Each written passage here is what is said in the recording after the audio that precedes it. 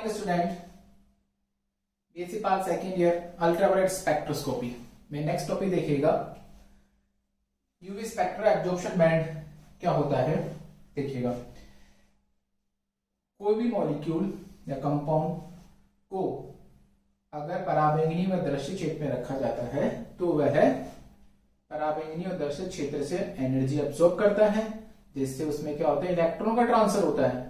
तो इलेक्ट्रॉन का ट्रांसफर होता है तो उससे क्या होता है, इलेक्ट्रॉनिक ट्रांजिशंस होते हैं। तो इलेक्ट्रॉनिक ट्रांजिशंस होते हैं तो किसी पर्टिकुलर वेवलेंथ में होते हैं ना, उस इलेक्ट्रॉनिक ट्रांजिशन के लिए वेवलेंथ की वैल्यू होती है। तो ठीक है, तो वेवलेंथ की वैल्यू होती है। तो किसी भी कंपाउंड द्वारा अवशोषित विकिरणों की तरंग दैर्ध्य, अवशोषित विकिरणों की तरंग दैर्ध्य हमने क्या बोला है, वेवलेंथ। अवशोषित विकिरणों की तरंग दैर्ध्य तथा अवशोषित विकिरणों की तरंग दैर्ध्य तथा अवशोषित विकिरण की तीव्रता, अवशोषित विकिरण की तीव्रता इंटेंसिटी एप्सिलॉन तथा लैम्डा के बीच में एक ग्राफ प्राप्त होगा जिसे कहा जाता है यूवी स्पेक्ट्रा एब्जॉर्प्शन बैंड। हमने क्या बोला है, कोई भी मॉलिक्यूल द्वारा अवशोषित तरंग दैर्ध्य, ठीक है, इंटेंसिटी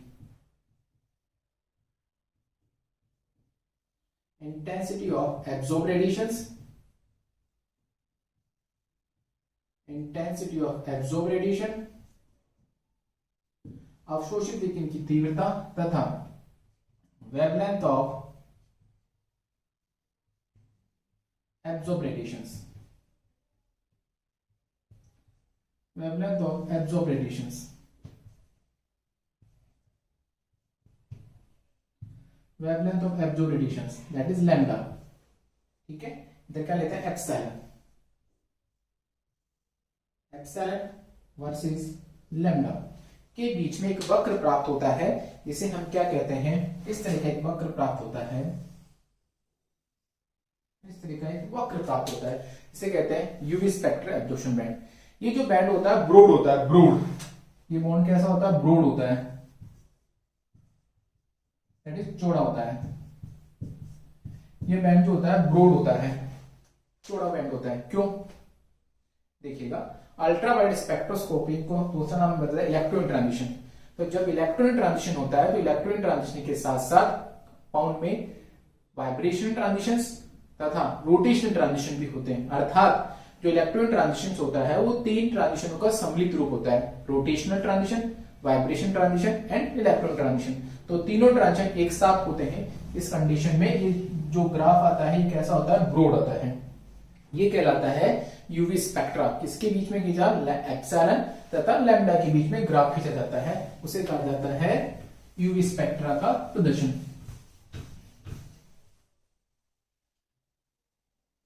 और देखिएगा इसके अंदर नेक्स्ट टॉपिक क्या है, some shift in absorption band,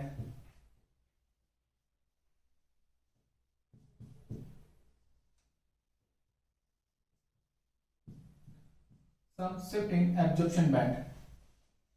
absorption band में कुछ शिफ्ट पढ़ने हैं, तो देखिएगा कौन कौन से शिफ्ट आपको पढ़ने हैं। शिफ्ट, सबसे पहले बात करते हैं अपन, पहला दिया आपके सामने बैथोक्रोमिक, बैथोक्रोमिक शिफ्ट,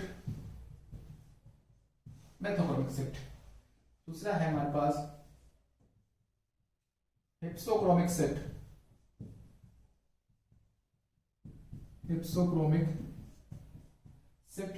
तीसरा है हमारे पास हाइपरक्रोमिक शिफ्ट,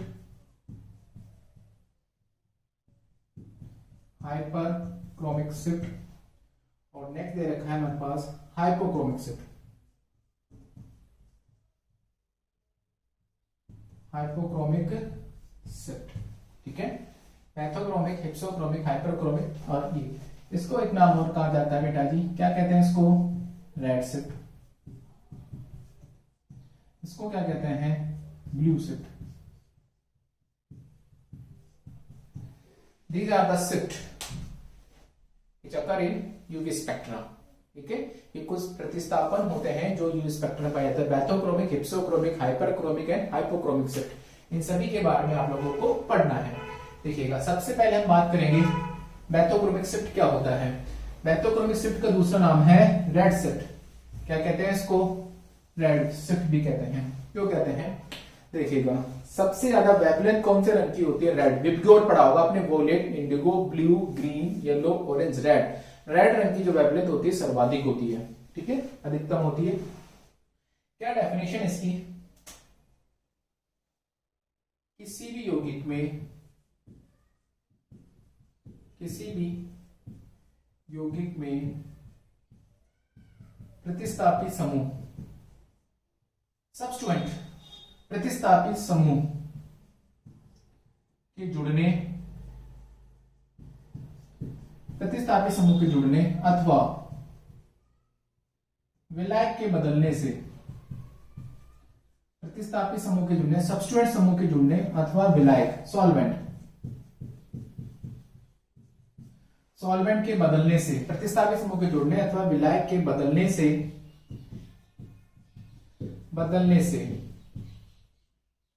ठीक है। अवशोषण बैंड, अवशोषण बैंड, अवशोषण बैंड उच्चतम तरंग दैर्ध्य की तरफ, अवशोषण बैंड उच्चतम तरंग दैर्ध्य की तरफ, उच्चतम तरंग दैर्ध्य की तरफ विस्थापित हो जाता है। अवशोषण बैंड उच्चतम तरंग दैर्ध्य की तरफ विस्थापित हो जाता है, विस्थापित हो जाता है, ठीक है। अवशोषण बैंड कहां शिफ्ट हो जाता है? हाई वेवलेंथ की तरफ शिफ्ट हो जाता है। लैम्डा मैक्सिमम किस तरफ शिफ्ट हो जाता है? उच्चतम वेवलेंथ की तरफ विस्थापित हो जाता है। किसके बदलने से? सब्स्टिट्यूएंट ग्रुप के बदलने से अथवा विलायक के बदलने से। अब यूवी स्पेक्ट्रा का जो लैम्डा की वैल्यू होती है वो हायर वेवलेंथ की तरफ क्या हो जाती है? शिफ्ट हो जाती है, ठीक है। और उच्चतम वेवलेंथ कौन से रंग की होती है? रेड रंग की। रेड कलर की जो वेवलेंथ होती है वो क्या होती है? सर्वाधिक होती है, ठीक है। लाल रंग की वेवलेंथ सर्वाधिक होती, इसलिए इसी का दूसरा नाम इसे क्या कहा जाता है? लाल विस्थापन भी कहते हैं। इसको क्या कहते हैं बेटा जी? रेड शिफ्ट कहते हैं, रेड शिफ्ट कहते हैं। देखिएगा कैसे, आपके सामने लैम्डा का बढ़ना, ये हम इधर क्या लेते हैं? एप्सिलॉन, इधर क्या लेते हैं? लैम्डा। तो इसका ग्राफ हमने माना ऐसा ग्राफ आया, इस तरह का ग्राफ आया। ये तो पहले था नॉर्मल। अब आपने उस समूह में, उस कंपाउंड में क्या जोड़ा? प्रतिस्थापी समूह जोड़ा। प्रतिस्थापी समूह जोड़ने से, प्रतिस्थापी समूह के जोड़ने से,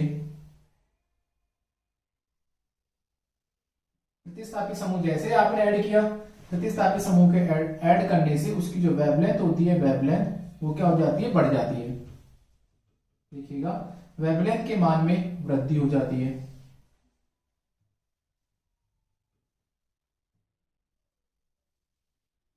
प्रतिस्थापी समूह के जुड़ने अथवा विलायक के बदलने से इधर शिफ्ट हो गया, लैम्डा बढ़ गया, लैम्डा की वैल्यू बढ़ रही है, ये ग्राफ आगे शिफ्ट हो रहा है। तो लैम्डा की वैल्यू बढ़ गई। पहले आपने यहां देखा था लैम्डा मैक्स, यहां पर होगा लैम्डा मैक्स। अब अगली कंडीशन में लैम्डा मैक्स की वैल्यू कहां हो जाएगी? यहां पर लैम्डा मैक्स। तो तरंग दैर्ध्य की वैल्यू क्या हो जाती है? बढ़ जाती है। तीव्रता के मान में चेंज नहीं आएगा, केवल वेवलेंथ जो होगा बेटा जी वो आगे शिफ्ट हो जाएगा। तो इस प्रकार के विस्थापन को क्या कहते हैं? अपन बैथोक्रोमिक विस्थापन कहते हैं, जिसमें वेवलेंथ की वैल्यू क्या हो जाती है? इंक्रीज हो जाती है, ठीक है। और देखिएगा एग्जाम्पल, जैसे इसका एग्जाम्पल हम बात करें, बेंजीन है, ठीक है। इसकी लैम्डा मैक्स की वैल्यू 254 नैनोमीटर पे आती है, लेकिन जैसे आपने इसमें क्या जोड़ा? CH3 समूह, तो इसकी लैम्डा मैक्स की जो वैल्यू आती है वो कितने पे आ जाती है? 261 नैनोमीटर पे आ जाती है। तो वेवलेंथ बढ़ गई, पहले 254 नैनोमीटर पे आ रही थी, अब कितने पे आ रही है? 261 नैनोमीटर पे आ रही है। तो इसे क्या कहा जाता है?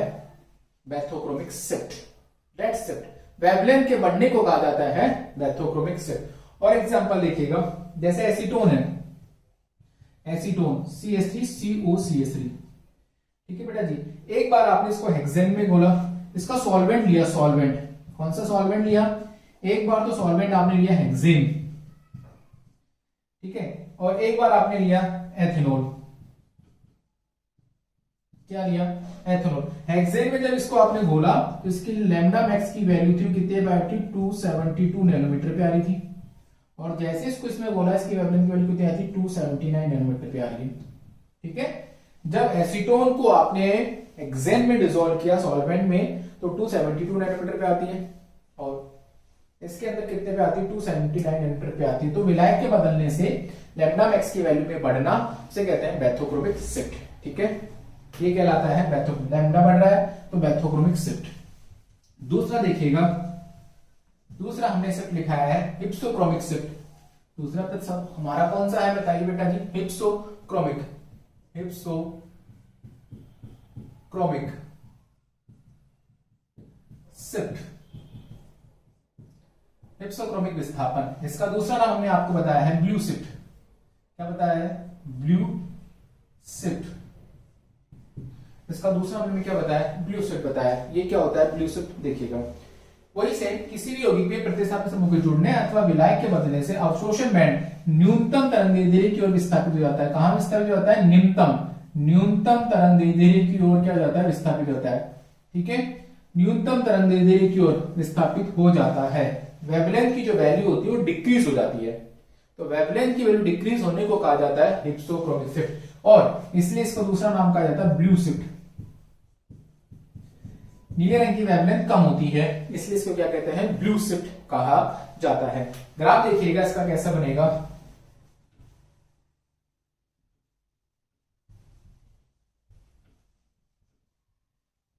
इसका वो देखिएगा ग्राफ सेम,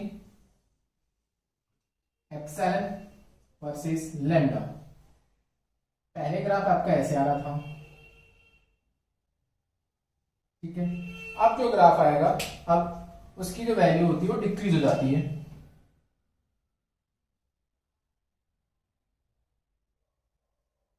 ठीक है, अवशोषण बैंड की वेवलेंथ की जो वैल्यू होती है बेटा जी वो डिक्रीज हो जाती है। ये इधर शिफ्ट हो गया।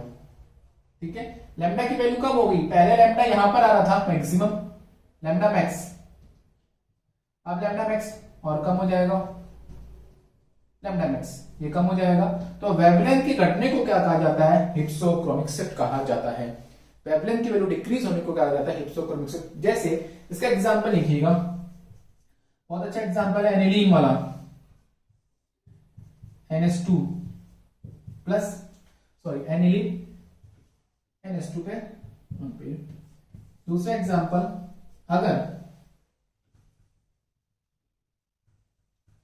एनिलीन इस पे लोन पेयर है, इसका लैम्डा मैक्स की जो वैल्यू होती है वो कितनी आती है, 230 नैनोमीटर। कितनी आती है, 230 नैनोमीटर। लेकिन जैसे ही इसको एसिडिक मीडियम में डिसॉल्व किया जाता है H+, तो एक कंपाउंड बन जाता है एनिलीमाइन। क्या बन जाता है, एनिलीमाइन, NH3+। इसका नाम क्या है, एनिलियम आइन। इसका फॉर्मेशन हो जाता है। तो इसकी लैम्डा मैक्स की जो वैल्यू होती है वो कितनी आती है, 203 नैनोमीटर। कितनी आती है, 203 नैनोमीटर। तो इसकी वेवलेंथ की वैल्यू घट गई, इसको कहते हैं हिप्सोक्रोमिक शिफ्ट। ठीक है, इसकी वेवलेंथ की वैल्यू घट जाती है, इसको कहा जाता है हिप्सोक्रोमिक शिफ्ट। तो ये एग्जांपल हो गया अपना ब्लू शिफ्ट का, हिप्सोक्रोमिक शिफ्ट का। नेक्स्ट देखिएगा,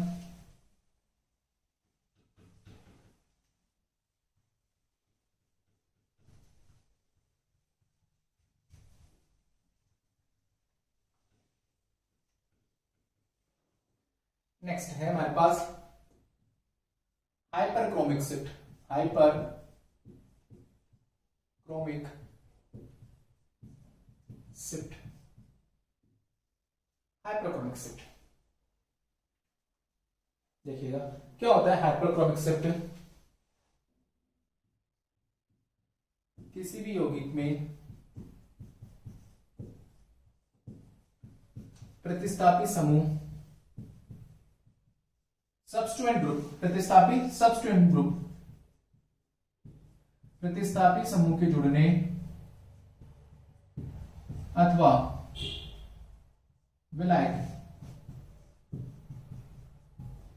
के बदलने से, विलायक के बदलने से अवशोषण बैंड की तीव्रता, अवशोषण बैंड की तीव्रता दैट इज एप्सिलॉन, अवशोषण बैंड की तीव्रता के मान में वृद्धि, के मान में वृद्धि को क्या कहते हैं, हाइपरक्रोमिक शिफ्ट कहते हैं, हाइपरक्रोमिक शिफ्ट कहा जाता है। क्या कहा जाता है, हाइपरक्रोमिक शिफ्ट कहा जाता है। जैसे एग्जांपल,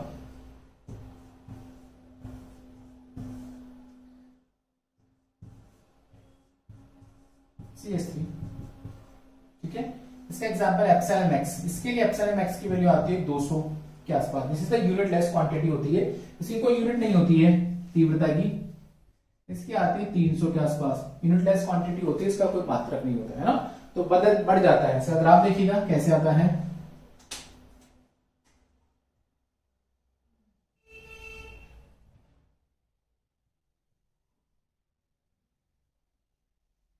अवशोषण बैंड की तीव्रता की वैल्यू बढ़ जाती है,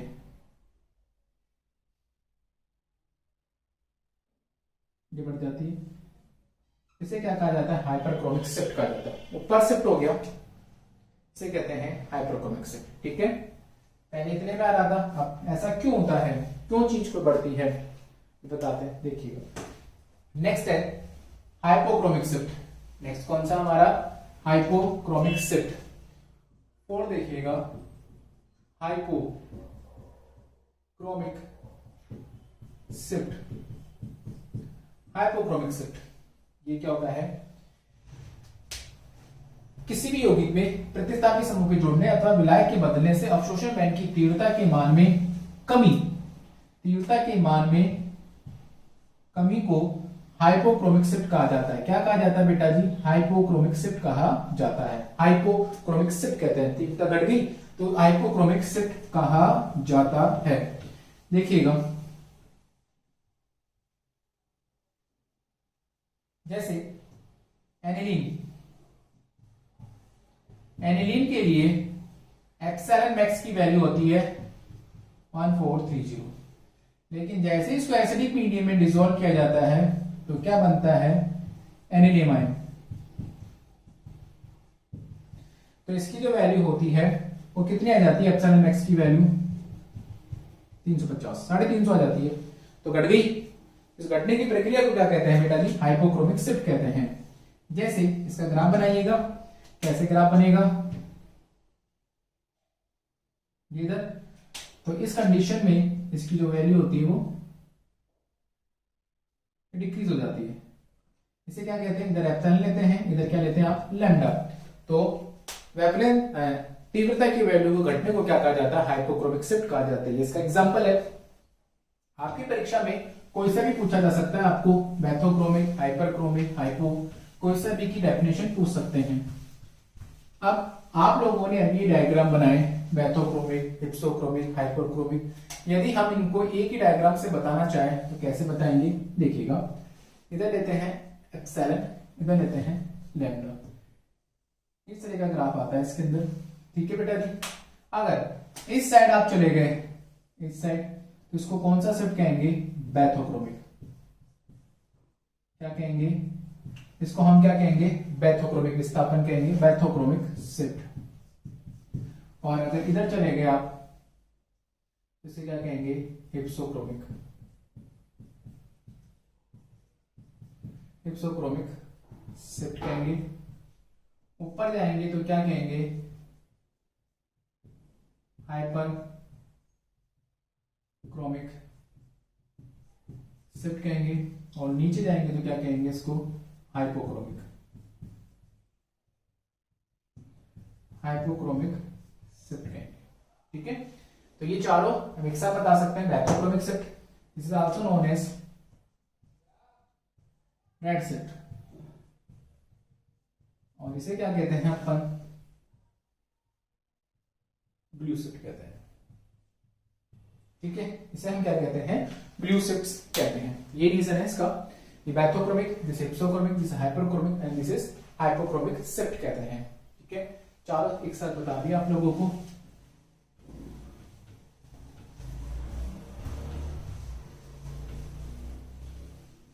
देखिएगा एक क्वेश्चन है जो हम सॉल्व करते हैं यहां पर। एनिलीन के लिए अवशोषण बैंड, एनिलीन के लिए अवशोषण बैंड की तरंग दैर्ध्य का मान, तरंग दैर्ध्य का मान दैट इज लैम्डा मैक्स की जो वैल्यू आती है वो आती है 230 नैनोमीटर, 230 नैनोमीटर, ठीक है, इतनी आती है। परंतु अम्लीय माध्यम में, अम्लीय माध्यम में, अम्लीय माध्यम में अवशोषण बैंड की तरंग दैर्ध्य, अवशोषण बैंड की तरंग दैर्ध्य का मान 203 नैनोमीटर हो जाता है। क्यों? ये क्वेश्चन है। एनिलीन के लिए इसमें 230 पे आता है, लेकिन जैसे एसिडिक मीडियम में रखा जाता है इसकी वैल्यू जो होती है वो कम हो जाती है, 203 नैनोमीटर पे आ जाता है। ऐसा क्यों होता है? सुनिएगा, रिएक्शंस लिखिएगा। एनिलीन, एनिलीन है NH2, इसको एसिडिक मीडियम में रखा आप लोगों ने H+, तो एसिडिक मीडियम में किस रूप में कन्वर्ट हो जाता है ये NH3+। इस कंपाउंड का नाम क्या जाता है? एनिलीमाइन। क्या हो जाता है? एनिलीमाइन्स। देखिएगा, और आपको अच्छी तरह बताना चाहें तो इनको बॉन्ड को ऐसे लिखिएगा,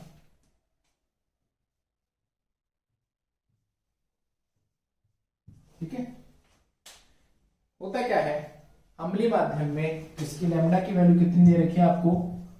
लैम्डा मैक्स 203 नैनोमीटर, और यहां पर कितनी दे रखी है? 230 नैनोमीटर, 230 नैनोमीटर। तो कम हो गई, इसको हम क्या कहेंगे? कम हो जाती है। तो तरंग दैर्ध्य के मान को कम होने को क्या कहा जाता है? बैथोक्रोमिक शिफ्ट कहते हैं। ऐसा क्यों हो गया? देखो, एनिलीन में नाइट्रोजन से लोन पेयर प्रेजेंट है एमिनो ग्रुप पे, तो लोन पेयर प्रेजेंट होने के कारण ये जो लोन पेयर होते हैं बेंजीन रिंग के साथ डीलोकलाइजेशन में भाग लेते हैं, कॉन्जुगेशन हो जाता है ना। यहां पर कॉन्जुगेशन होता है, कॉन्जुगेशन इलेक्ट्रॉन क्या आता है इसमें? कॉन्जुगेशन होता है। ये इलेक्ट्रॉन रेजोनेंस के अंदर भाग लेंगे तो कॉन्जुगेशन होगा। तो एनिलीन में नाइट्रोजन उपस्थित लोन पेयर किस में भाग लेते हैं? डीलोकलाइजेशन, दैट इज कॉन्जुगेशन रहता है, संयुग्मन बना रहता है, ठीक है। लेकिन जैसे ही अम्लीय माध्यम में एनिलीन बनता है, जो NH3 ग्रुप होता है, NH3 ग्रुप, इस पे चार्ज कैसा आ जाता है? प्लस। तो नाइट्रोजन पे लोन पेयर क्या हो जाता है? खत्म। तो नाइट्रोजन पे लोन पेयर अनुपस्थित होने के कारण संयुग्मन खत्म हो जाता है। संयुग्मन क्या हो जाता है? कम हो जाता है, खत्म हो जाता है। संयुग्मन खत्म, इलेक्ट्रॉन का ट्रांजिशन नहीं हो पाएगा इजिली, ठीक है। आपको कराना है तो ज्यादा एनर्जी की रिक्वायरमेंट होगी, एनर्जी ज्यादा होगी तो वेवलेंथ कम हो जाएगी, ठीक है। क्या रीजन लगेगा? दूसरा रीजन लिखिएगा, NH3 ग्रुप होता है, इसमें क्या हो गया? Lone pair absent, lone pair अनुपस्थित हो गए। लोन पेयर एब्सेंट हो जाएगा तो कॉन्जुगेशन जो होगा ना, कॉन्जुगेशंस वो क्या होगा? नहीं हो पाएगा। दूसरा क्या रीजन है इसका? NH3 ग्रुप का कौन सा इफेक्ट होता है? Minus I effect. कौन सा इफेक्ट लगेगा? Minus effect. माइनस इफेक्ट के कारण क्या करेगा? ये रिंग से इलेक्ट्रॉन डेंसिटी अपनी तरफ खींच लेगी। तो रिंग से इलेक्ट्रॉन डेंसिटी अपनी तरफ खींच लेगी तो रिंग में इलेक्ट्रॉन डेंसिटी कम हो जाएगी। तो इलेक्ट्रॉन का ट्रांजिशन कराने के लिए मैक्सिमम एनर्जी की रिक्वायरमेंट होगी, तो वेवलेंथ की वैल्यू क्या हो जाएगी? कम। तो क्या रीजन है? एनिलियम आयन में NH3+ पे नाइट्रोजन पे लोन पेयर क्या हो जाते हैं? खत्म। इससे कॉन्जुगेशन क्या हो जाता है? खत्म। तथा NH3 ग्रुप का माइनस आई प्रभाव होने के कारण NH3 ग्रुप वलय से इलेक्ट्रॉन डेंसिटी अपनी तरफ खींचता है, जिससे वलय में इलेक्ट्रॉन घनत्व कम हो जाता है, अतः इलेक्ट्रॉन के संक्रमण की संभावना कम हो जाती है, जिसके लिए ज्यादा ऊर्जा की रिक्वायरमेंट होती है, अतः वेवलेंथ की वैल्यू कम हो जाती है। अतः वेवलेंथ के मान में कमी होने के इस प्रभाव को बैथोक्रोमिक शिफ्ट कहा जाता है। इस वैल्यू को क्या कहते हैं बेटा जी? बैथोक्रोमिक शिफ्ट कहते हैं। Thank you.